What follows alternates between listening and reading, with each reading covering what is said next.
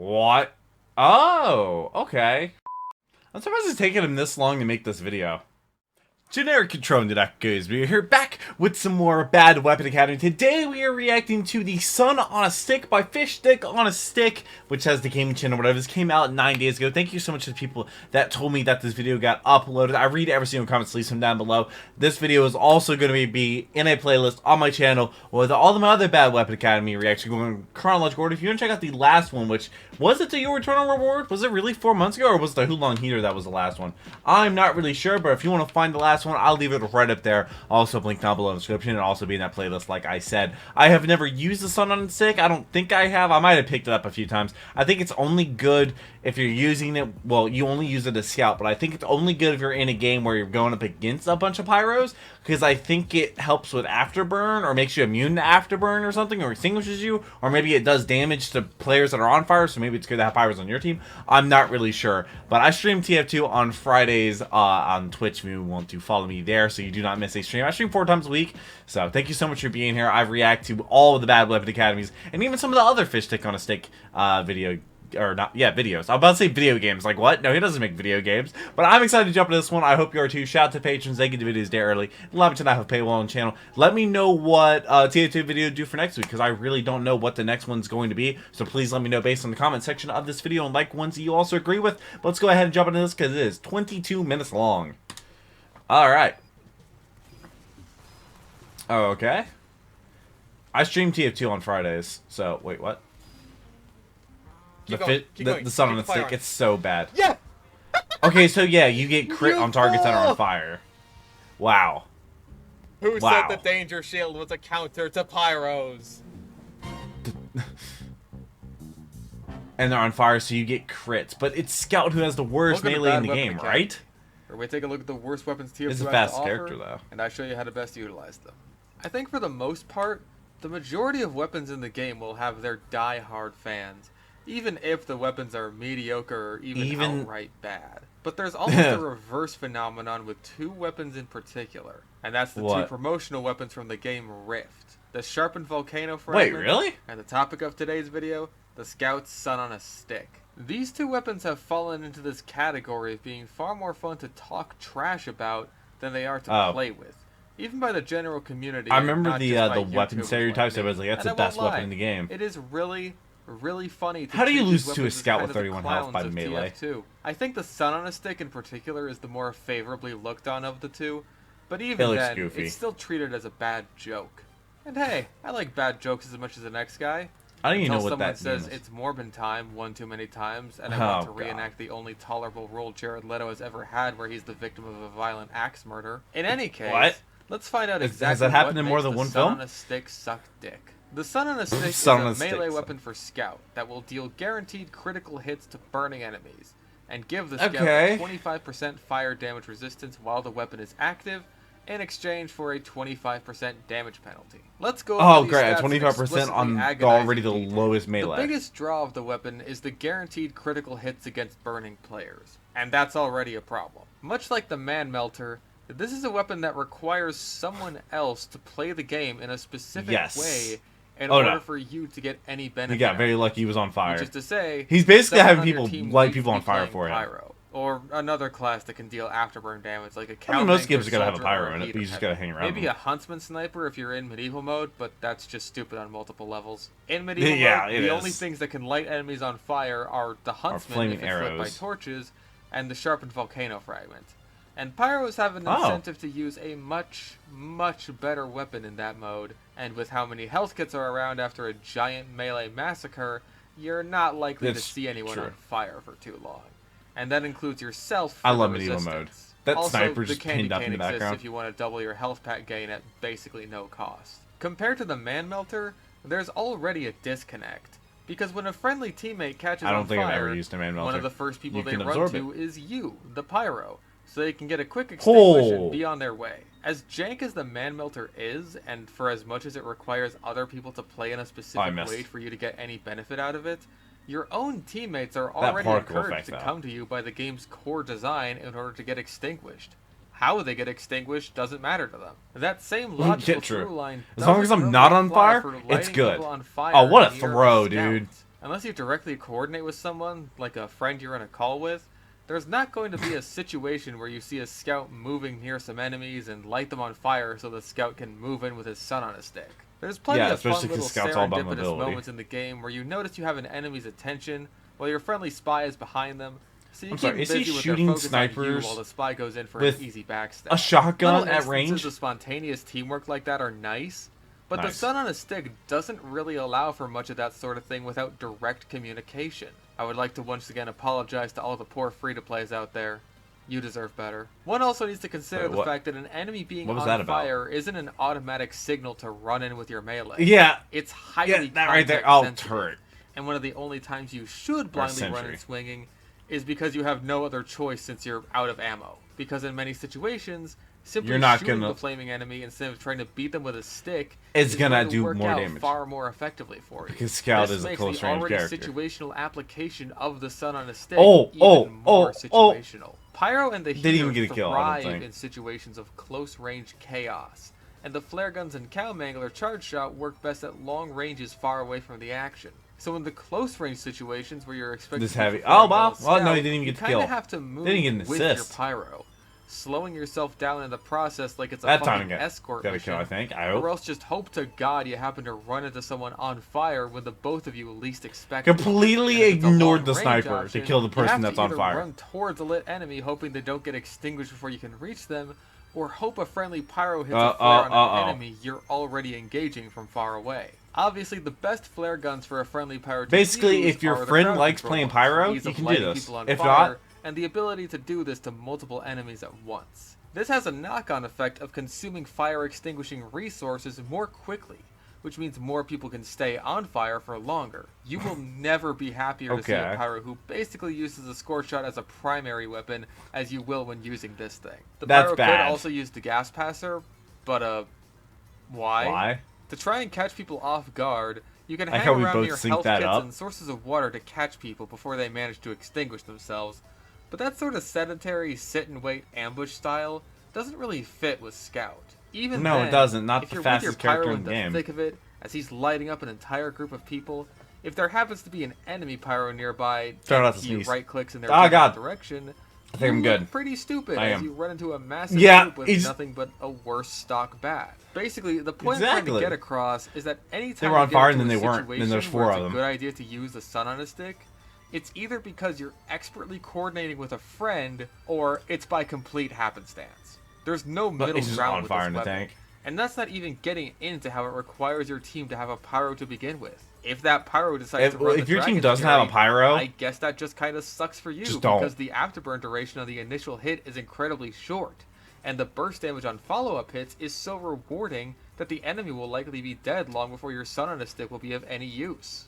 This is arguably the biggest problem with the weapon, because Scout, unlike pyro, has no way of inflicting afterburn damage to follow up on.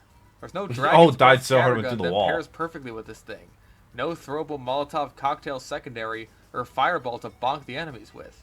It's all on your team, or else offensively, you just have a worse stock bat, and that's really saying something with how shit the stock bat is. Why does a mace made out of fire and jagged sharp brimstone have a fucking damage penalty? And a real compared to an aluminum bat. Afterburn timers are no big deal to the pyro who lit the enemy on fire. For you, who might have no idea when the enemy got ignited, it could easily mean the difference between life and death if you happen to go in at the wrong time. And even if you're right there with the pyro in the thick of it, you still can't get too close to your pyro unless you want what is going on in chat there? Hit. Twice a day? All of these factors together take what's already a situational upside with situational uses and make it even more situational. Sentry turret, same thing. Because unlike the man melter, which has range and power on its side, wow, the balls are charged at heavy with 40 health. With a melee weapon. The passive stat of a 25% resistance to fire damage while the weapon is out. This is honestly not all that useful, but it can still save your life in a pinch. Yeah, Scout like right there, I'm pretty sure it just saved him. Anti-afterburn tools in his kit, like the candy cane and mad milk, which fulfill the job far better on top of other functionality, like and you can extinguish your teammates in tough situations. And not just ones where they're on fire, but in need of health in general. This is kind of a cleaner's carbine versus Girardi scenario, where you can completely eliminate afterburn on yourself and nearby teammates on top of healing them during combat, or and also you can make yourself and no one else slightly more effective at surviving afterward. This stat also runs back into the Man Melter problem of needing someone else on the enemy team to play in a certain way in order for you to get some kind of benefit. Only it's a lot worse because instead of a nice juicy crit flare and something you can actually take advantage of, you get a tiny bit of survivability against what mostly comes down to afterburn. And I'm surprised it's taken him this long to make this video. All it means is you'll take 3 damage per tick against afterburn instead of 4. 4. You would think that this gun would have been done, or not even a gun, this stick would have been done way earlier. Killing the pyro quickly so he can't continue to inflict fire damage on you is usually going to be better than letting him continue to do so while you run away, taking only slightly less damage, except in very fringe situations. I mean, if you want to take advantage of the resistance to beat the pyro to death with the sun on his stick itself, I mean, you can do that. I don't know why you want to, but you can. Well, pyro can't do anything in the water, really. This does still have some notable uses. For instance, the Scorch Shot can one-shot light classes if they're hit by the direct, as well as the bouncing flare, and can't get to a healing source in time. But if you pull out the sun on a stick, especially right after the initial hit, at the very least, you won't have to worry about dying from a single shot. Though follow-up spam shots will still be a concern. This generally extends to long-range flare pyros in general. Holding out the sun on a stick as they spam flares towards you is a nice way of keeping yourself safe as you move towards a more advantageous position. However, there's another case where the pyro's weapon of choice will make this weapon basically useless. If the pyro is using the degreaser, which is a very common and popular choice, your sun on a stick's fire resistance means nothing against their 1 damage per tick afterburn. It's only useful against degreaser pyros if you think you'll be comboed as you try to retreat. And even then, if they're using the flare gun instead of something like the detonator, it won't do too much for you. Also, I heard they actually, Save TF2 actually accomplished something.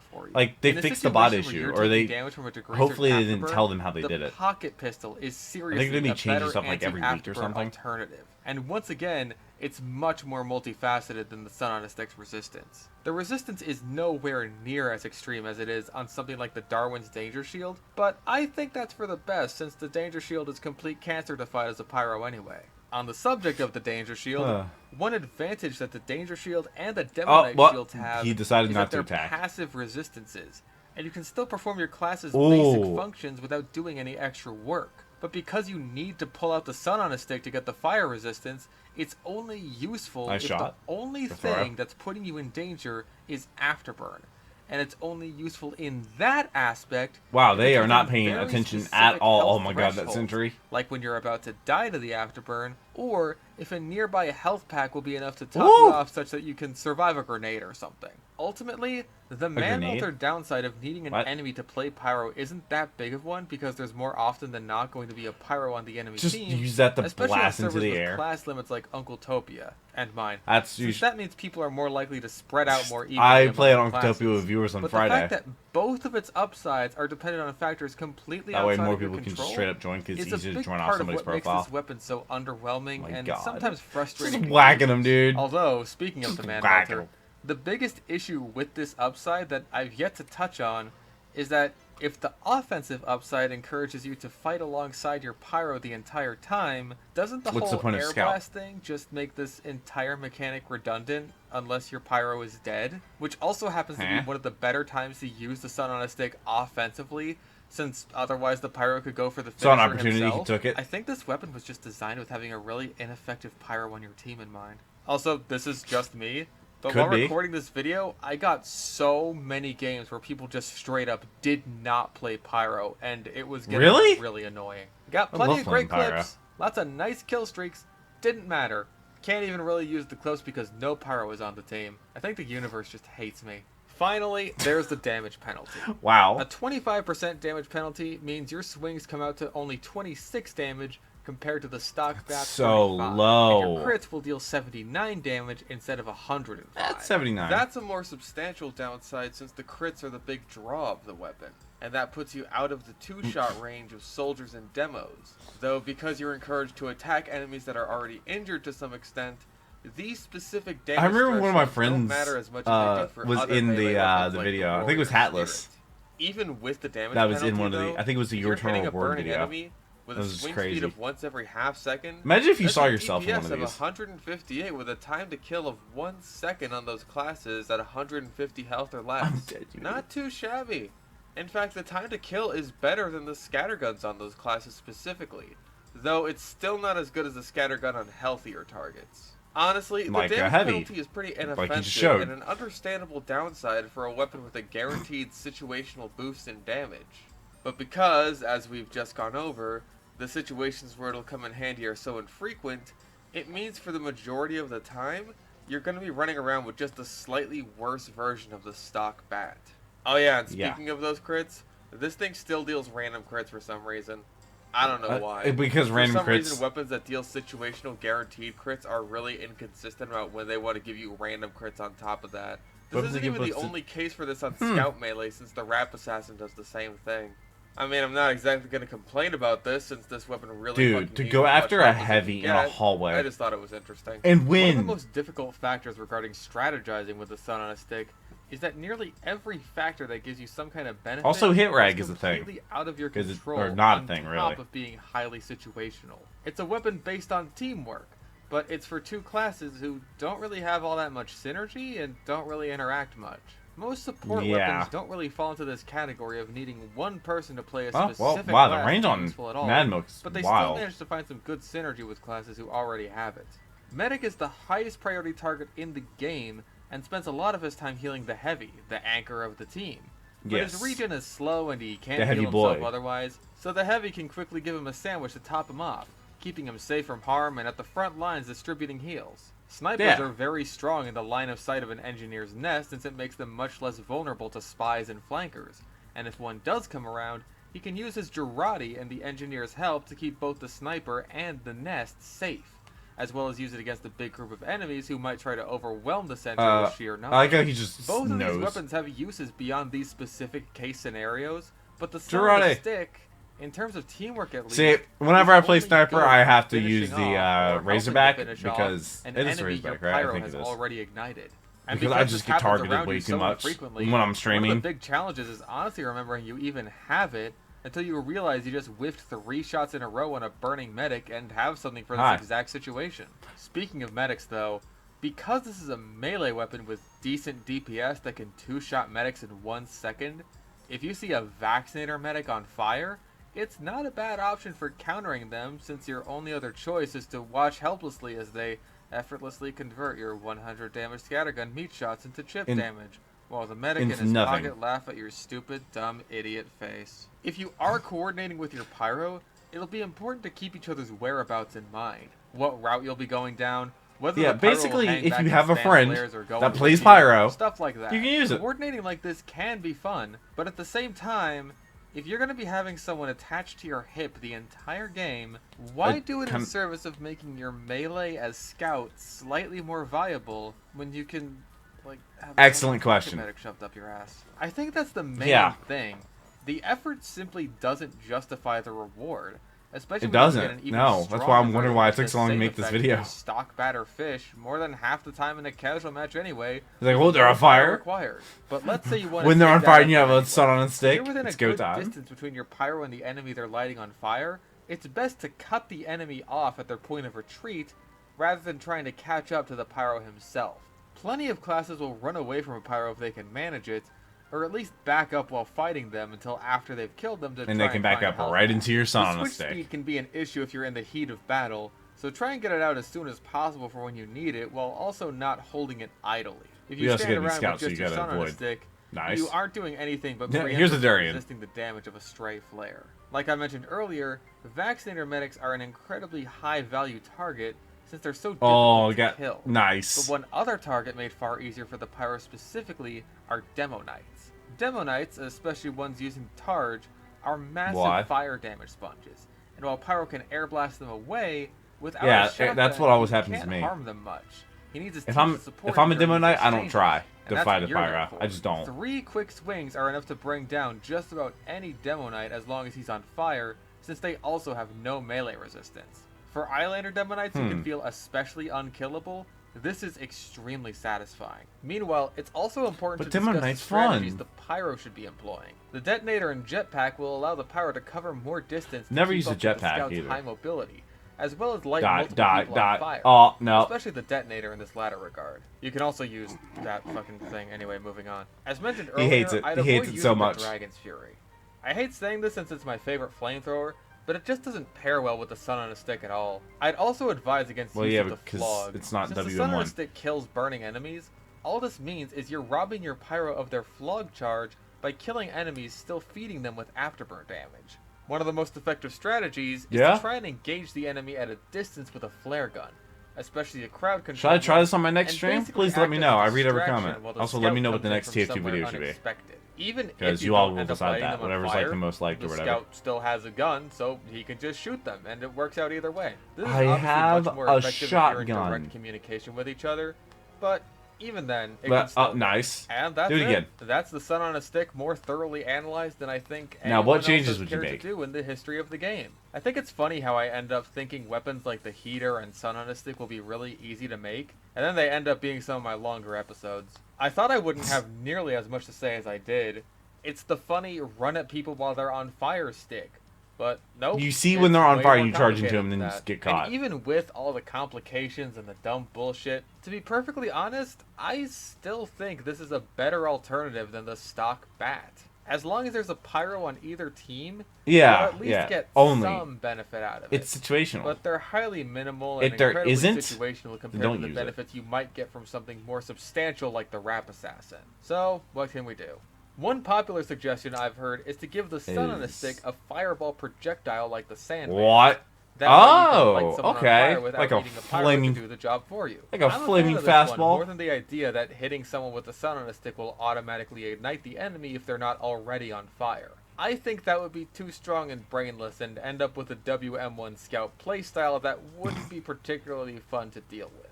Meanwhile, over on my Rebalance server, links in the description, what we've done is give the Sun on a Stick a new meter called the Heat Meter. It fills up with damage, and once it's filled up, man, you can do so much with TF2. By right-clicking with the Sun on a Stick out, and it'll cause all of your weapons to inflict afterburn damage for a few seconds. All of your weapons? To get those combos you need, or even just to pester a sniper off in the distance with some DOT. It's a nice way to ensure you can follow up on your own fire-based attacks, and give the Sun on a Stick utility outside of simply hitting a burning. That's an interesting idea. If this change were implemented in the base game, and I could festivize it and have it be strange, I think it would be a much more attractive option worthy of its sick-ass design. Why would you want to festivize a Sun on a Stick? Go out there and use fish stick on a stick, Sun on a Stick tactics against the enemy team, and tell them Fish sent you. So much talking about sticks. So much talking about sticks. Well, and of course you get this outro. There's a whole, there's like a whole minute left in this. Oh god, what are all these items? Was that a Pomsum? Oh, that's an Australian, was it an Australian medigun? Or a syringe gun? That wasn't a medigun, obviously. Oh, where's Kyogre? I'm doing my Pokemon Nuzlocke on Wednesdays. I actually just streamed today, just got my 3rd gym badge. Doing Pokemon Platinum. Where's Kyogre? That's not Kyogre. Extra special thanks to these. Worst Spy TF2. Okay, what's gonna be the little behind the scenes thing? 30 seconds. That guy.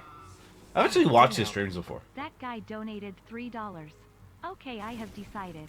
I will give you the unusual if you insert the phrase, "It's Morbin time," somewhere in the So-Ass Bad Weapon Academy. God damn it. I was gonna do a gameplay challenge, but this is funnier.